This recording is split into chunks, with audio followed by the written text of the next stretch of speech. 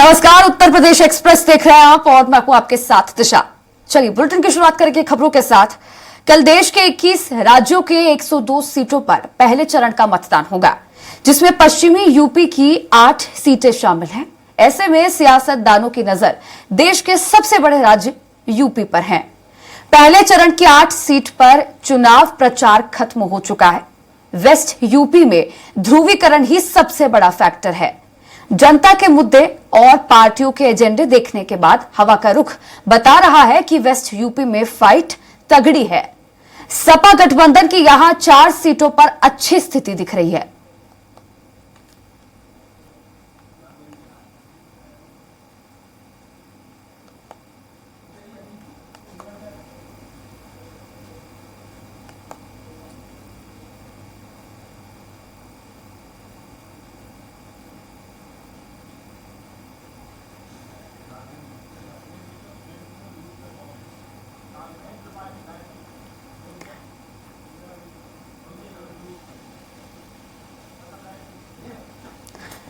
तो देखिए, कल पूरे भारत देश में पहले चरण का मतदान होना है और 21 राज्यों की 102 लोकसभा सीटों पर यह मतदान होगा। इसमें बता दें, पश्चिमी यूपी की 8 सीटें शामिल हैं जिन पर पहले चरण का मतदान होगा। इनमें 3 से 4 सीटें ऐसी हैं जहां पर भारतीय जनता पार्टी की स्थिति थोड़ी सी कमजोर है और समाजवादी पार्टी यहां पर भारतीय जनता पार्टी को टफ फाइट देती नजर आ रही है। वहीं मुकाबला त्रिकोणीय भी है। भारतीय जनता पार्टी, समाजवादी पार्टी, कांग्रेस का गठबंधन और बहुजन समाज पार्टी आमने सामने है। पीलीभीत, सहारनपुर, मुजफ्फरनगर में सपा गठबंधन की स्थिति मजबूत है। अब इसी पर ज्यादा चर्चा करेंगे। मेरे साथ लाइव जुड़ गए हैं स्टेट एडिटर राघवेंद्र त्रिपाठी जी। राघवेंद्र जी, को कल पूरे देश भर में 21 राज्यों की 102 लोकसभा सीटों पर मतदान होना है। इसमें यूपी की 8 सीटें शामिल हैं। अब इनमें देखा जाए तो 3 से 4 सीटें जैसे कि पीलीभीत, सहारनपुर, मुजफ्फरनगर, यहां पर भारतीय जनता पार्टी की स्थिति बेहद कमजोर है और यहां पर पूरा दमखम लगा दिया बीजेपी ने। सीएम से लेकर पीएम तक की सभाएं हो गई है, लेकिन टफ फाइट है। समाजवादी पार्टी टफ फाइट देती नजर आ रही। हाँ, देखिए तिशा जी, जब चुनाव शुरू हुआ था तो उस समय पूरे सियासी दल, चाहे सपा हो, बसपा हो, कांग्रेस हो या भाजपा हो, सभी लोगों ने विकास को एजेंडा बनाया था। लेकिन जब चुनाव सिमटते सिमटते मतदान की स्थिति तक आया, पहले चरण का मतदान कल होना है, अब स्थिति जातवादी समीकरण पर आके टिक गई है और जो विकास के मुद्दे थे सब हवा हो गए। कल अखिलेश यादव और राहुल गांधी दोनों गाजियाबाद में पीसी कर रहे थे, वहां पर भी पीडीए का नारा दिया गया। सबको साथ लेकर चलने की जो बात करने वाले लोग थे वो कहीं न कहीं संकुचित दायरे में आ गए, पिछड़ा, दलित, अल्पसंख्यक के फार्मूले पे आ गए। हालांकि सहारनपुर सीट पे जहां पे टफ फाइट हो रही, वहां पे कांग्रेस से और भारतीय जनता पार्टी की लड़ाई है। चूंकि यह सीट गठबंधन में कांग्रेस कोटे में गई और इमरान मसूद वहां कांग्रेस के प्रत्याशी हैं। और सबसे बड़ी बात है, 2014 के चुनाव में भारतीय जनता पार्टी ने सहारनपुर सीट जीती थी, लेकिन 2019 के चुनाव में जब मायावती जी से समाजवादी पार्टी का गठबंधन हुआ, यानी बहुजन समाजवादी पार्टी से सपा का गठबंधन हुआ, उसके बाद सहारनपुर में बसपा वह सीट जीत गई थी और भारतीय जनता पार्टी के राघव लखनपाल चुनाव हार गए थे। यही स्थिति पूरे पश्चिमी उत्तर प्रदेश में बनी हुई है और भारतीय जनता पार्टी के लिए अगर हम एक दशक पीछे जाएं तो पश्चिमी उत्तर प्रदेश वहां उनके लिए कुछ खास नहीं रहा। जब तक चौधरी अजीत सिंह रहे या चौधरी चरण सिंह का इलाका रहा, तब तक जाट इलाके में उन्हीं की पार्टी यानी आरएलडी ही चुनाव लड़ती थी। जिसके साथ उनका गठबंधन होता, उसी पार्टी को बहुमत मिलता था। उसके बाद बहुजन समाज पार्टी का जब विस्तार हुआ तो दलित वोट और मुस्लिम वोट एकजुट हुआ, तो वहां पे इन पार्टियों का वर्चस्व रहा। लेकिन 2013 में जब मुजफ्फरनगर का दंगा हुआ, उसके बाद से पूरे पश्चिमी उत्तर प्रदेश की राजनीतिक स्थिति बदल गई। जाति ध्रुवीकरण हुए, सामाजिक ध्रुवीकरण हुए और पंथ के आधार पर भी ध्रुवीकरण हुआ। उसके बाद से भारतीय जनता पार्टी पश्चिमी उत्तर प्रदेश में मजबूत स्थिति में आ गई है। नोएडा, गाजियाबाद, मेरठ, मुरादाबाद, इन सब सीटों पे जो मुस्लिम बहुल इलाके भी हैं, उसके अलावा वहां पे भारतीय जनता पार्टी जीतना शुरू की। यहां तक कि बिजनौर सीट भी जीती भारतीय जनता पार्टी 14 में।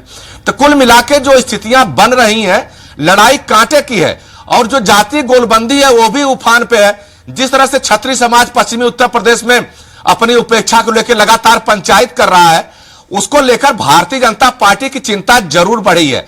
लेकिन जिस तरह से समाजवादी पार्टी कांग्रेस का गठबंधन है, उसी बीच में बसपा का प्रत्याशी भी अपना दम भर रहा है, तो कहीं न कहीं जो एंटी भाजपा के वोट हैं उनमें बिखराव की भी गुंजाइश बन रही है और भारतीय जनता पार्टी को यही बिखराव संजीवनी देते नजर आएगा। हालांकि अखिलेश यादव, राहुल गांधी, मायावती सब लोग लगातार पश्चिमी उत्तर प्रदेश में सभाएं कर रहे हैं। योगी आदित्यनाथ करैना एक सीट ऐसी है जहां पे भारतीय जनता पार्टी जीतती रही है, लेकिन इस बार वहां पे मुकाबले में नाहिद हसन सपा की प्रत्याशी है, कड़ी चुनौती दे रही है। वहां योगी गए और शामली में जो पलायन हुआ था हिंदुओं का, उस मुद्दे को फिर से एक बार जीवित कर दिया। तो कहीं न कहीं मुद्दे वहां पे लगातार रोज बन बिगड़ रहे हैं। कहीं कहीं ध्रुवीकरण की कोशिश की जा रही है, कहीं जाति गोलबंदी की कोशिश की जा रही है, लेकिन इतना जरूर है, जो नारा विकास का देके, चाहे भारतीय जनता पार्टी हो या इंडी गठबंधन हो, जनता के बीच गए थे। विकास का नारा इस समय दरकिनार है। सारी कवायद ध्रुवीकरण को लेकर और कहीं न कहीं जाति गोलबंदी को लेकर हो रही है। टिकट देने में भी पार्टियों ने जाति आंकड़े को भी ध्यान में रखा था, चाहे सपा हो या भाजपा हो या कांग्रेस हो। अब देखना होगा जनता किसके साथ जाती है। हालांकि प्रधानमंत्री मोदी की गारंटी का असर उत्तर प्रदेश में है, लेकिन पश्चिमी उत्तर प्रदेश में वह गारंटी मतदान में कितनी गारंटी दिलाता है, सबकी नजरें इसी पे टिकी रहेंगी। जी त्रिषा जी। जी बिल्कुल राघवेंद्र जी, जिस ध्रुवीकरण का अभी यहाँ पर आपने जिक्र किया, वेस्ट यूपी की जो रामपुर सीट है, यहां पर ध्रुवीकरण सबसे ज्यादा एक बहुत बड़ा फैक्टर है, क्योंकि रामपुर सीट पर जो मुस्लिम वोटर है वो निर्णायक भूमिका निभाते हैं और इस सीट से सपा के प्रत्याशी है जो दिल्ली के जामा मस्जिद के इमाम, वो तो एक मुस्लिम चेहरे के तौर पर वो मुस्लिम वोटर्स को अपने पक्ष में कर सकते हैं और ध्रुवीकरण की राजनीति रामपुर पर सबसे ज्यादा गर्मा सकती है। जी बिल्कुल, रामपुर आज से नहीं, जब आजम खां सियासत पे चरम पे थे तब भी रामपुर मुद्दा हुआ करता था। एक जमाने में बेगम नूर बानो जब कांग्रेस की नेता थी, बड़ी नेता रही हैं, उनका वर्चस्व रहा है। उसके बाद से आजम खां का वर्चस्व उस सीट पर रहा है। हालांकि 2 साल पहले जब वो चुनाव हुए थे लोकसभा का, आजम खां की सदस्यता चली गई थी। उसके बाद भारतीय जनता पार्टी ने उस सीट को जीत लिया था। अब भारतीय जनता पार्टी को एक बार फिर उम्मीद है कि इस सीट को हम जीतेंगे, लेकिन आजम खां की भी प्रतिष्ठा दांव पे लगी हुई है। आजम खां हालांकि जेल में निरुद्ध हैं, उनको सजा हुई है, लेकिन आजम खां जेल के अंदर से रामपुर की सियासत को गरमाने में लगे हैं। और आजम खां की प्रतिष्ठा केवल रामपुर नहीं है, मुरादाबाद से भी जुड़ी हुई है।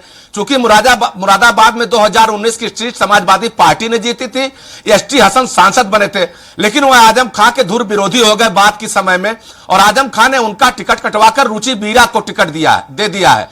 अब देखना होगा कि जो मुस्लिम मतदाता है, क्या रुचि बीरा के साथ आता है या एसटी हसन समाजवादी पार्टी को कोई नुकसान पहुंचा पाते नहीं।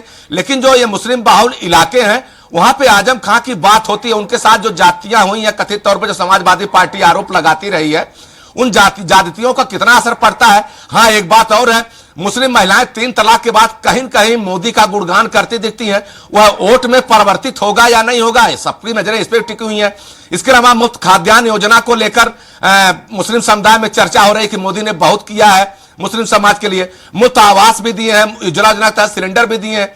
लेकिन सबसे बड़ी वही बात है कि जब विकास की बात आती है तो केवल चर्चा होती है। जब मतदान का समय आता तो कहीं न कहीं अपना धर्म, अपना मजहब, अपनी जाति, अपना क्षेत्र, यह मुद्दे हावी हो जाते हैं। यही स्थिति अरुण गोविल के साथ मेरठ में हो रही है। अरुण गोविल हालांकि मेरठ के रहने वाले हैं, लेकिन उनकी कर्मभूमि मेरठ नहीं रही है। वह मेरठ यदा कदा ही आते रहे हैं। अब उनको वहां भी मशक्कत करनी पड़े। समाजवादी पार्टी कड़ी टक्कर दे रही है। बाहरी प्रत्याशी होने के नाते भारतीय जनता पार्टी के जो मूल कैडर है, जो वहां के लोग स्थानीय नेता हैं, वह उतना खुलकर अरुण गोविल के पक्ष में मतदान भी नहीं कर रहे हैं। तो कुल मिलाकर पश्चिमी उत्तर प्रदेश की सियासी हालत सभी दलों के लिए बराबर। अब देखना होगा कि भाजपा बाजी मारती है, सपा बाजी मारती है, या सहारनपुर में कांग्रेस बाजी मार ले आती है। हालांकि गाजियाबाद में भी कांग्रेस प्रत्याशी डाली शर्मा है, मजबूती से चुनाव लड़ रही हैं। वहां पे भारतीय जनता पार्टी ने जनरल बीके सिंह का टिकट काटकर अतुल गर्ग को प्रत्याशी बनाया हुआ है। अतुल गर्ग को प्रत्याशी बनाए जाने के कारण बीके सिंह के जो समर्थक थे नाराज बताए जाते हैं। तो अंदर खाने में हर पार्टी में कहीं न कहीं थोड़ी बहुत कलह है। अब उस कलह को जो पार्टी जल्दी सॉल्व कर लेगा, पश्चिमी उत्तर प्रदेश में उसकी विजय सुनिश्चित है। और जो अपनी जो जातियां हैं, जो पीडीए की जातियां हैं, समान वर्ग की जातियां हैं, जो अभी तक प्रधानमंत्री मोदी के साथ रही हैं, अब देखना होगा क्या इस चुनाव में जो अखिलेश यादव ने नारा दिया है, राहुल गांधी ने नारा दिया है जाति जनगणना कराने का, आरक्षण कोटा बढ़ाने का, इसका कितना असर पड़ता है, यह देखने वाली बात होगी। और भारतीय जनता पार्टी जो ध्रुवीकरण कर रही है, अभी कल भगवान राम का जो सूर्य तिलक किया गया, उसका बढ़ चढ़कर गुणगान किया गया। हर क्षेत्र में भारतीय जनता पार्टी के नेता गए, वो अपनी उपलब्धियां बताने में इसको भी शामिल कर रहे हैं कि हमने राम मंदिर बनवाया है। अब देखना होगा कि जनता किसके साथ जाती है, कि भारतीय जनता पार्टी के कामों के साथ जाती है, या जो विपक्ष वादे कर रहा है जाति जनगणना का, 1 लाख रुपए महिलाओं को देने का, रोजगार का। अब ये मुद्दे हैं, अब इन मुद्दों के साथ जो जाति लामबंदी है वह कितना काम करती है, पहले चरण के चुनाव में देखने वाली बात होगी। जी बिल्कुल राघवेंद्र जी, तो कल के दिन यानी कि 19 अप्रैल को पहले चरण का मतदान 8 लोकसभा सीटों में उत्तर प्रदेश में होना है। अब ऐसे में यदि पार्टियों के एजेंडे को एक तरफ रखा जाए और जनता के मुद्दों को एक तरफ रखा जाए तो इस बार हवा का रुख, जनता का रुख किस तरफ है, क्या लगता है? देखिए त्रिषा जी, चुनावी गणित हमेशा आंकड़ों पर निर्भर रहती है। जब 2019 का चुनाव हुआ था 8 सीटों पे, यही 8 सीटें रही हैं, तो भारतीय जनता पार्टी 5 सीटों पर चुनाव हारी थी 2019 के चुनाव में, जबकि मोदी लहर थी। हालांकि उसमें मायावती और अखिलेश यादव साथ थे। इस बार कांग्रेस और अखिलेश हैं। मायावती अलग ताल ठोक रही हैं। दलित वोट बैंक उनका फिक्स वोट बैंक है जो 20 से 22% तक है, कहीं कहीं 32% तक है। तो एकजुटता का अभाव भी है। अब 2019 के अगर आंकड़े की पुनरावृत्ति होती है तो निश्चित तौर पर समाजवादी पार्टी को लाभ होगा, कांग्रेस को लाभ होगा, भारतीय जनता पार्टी को नुकसान होगा। लेकिन भारतीय जनता पार्टी पिछले 5 साल से हारी हुई सीटों पर लगातार मंथन कर रही है, लगातार सम्मेलन कर रही है, लगातार बूथ स्तर की बैठकें कर रही हैं। जो लाभार्थी योजना के लोग हैं उनके घर घर जाकर उन्होंने संपर्क साधा है। अब इसका कितना असर होगा, क्या भारतीय जनता पार्टी 2014 वाली स्थिति में पश्चिमी उत्तर प्रदेश की इन 8 सीटों पे आ पाती या नहीं आ पाती है, सबकी नजरें इसी पे है। लेकिन इतना जरूर है कि चौधरी भूपेंद्र जो जाट बिरादरी से आते हैं, लगातार पश्चिमी उत्तर प्रदेश में डेरा डाले हुए हैं। योगी आदित्यनाथ की 30 से अधिक सभाएं पश्चिमी उत्तर प्रदेश में हो चुकी हैं। मोदी 3 रैलियां, 1 रोड शो कर चुके हैं। अखिलेश यादव 4 जनसभाएं कर चुके हैं। हालांकि कांग्रेस की तरफ से कल थोड़ा प्रयास किया गया, सहारनपुर में प्रियंका गांधी ने रोड शो किया। इसके अलावा गाजियाबाद में राहुल गांधी। राघवेंद्र जी, तो सभी पार्टियां पूरा दम भरती नजर आई और दमखम के साथ चुनावी मैदान में उतर चुकी हैं। फिलहाल शुक्रिया जुड़ने के लिए और जानकारी साझा करने के लिए।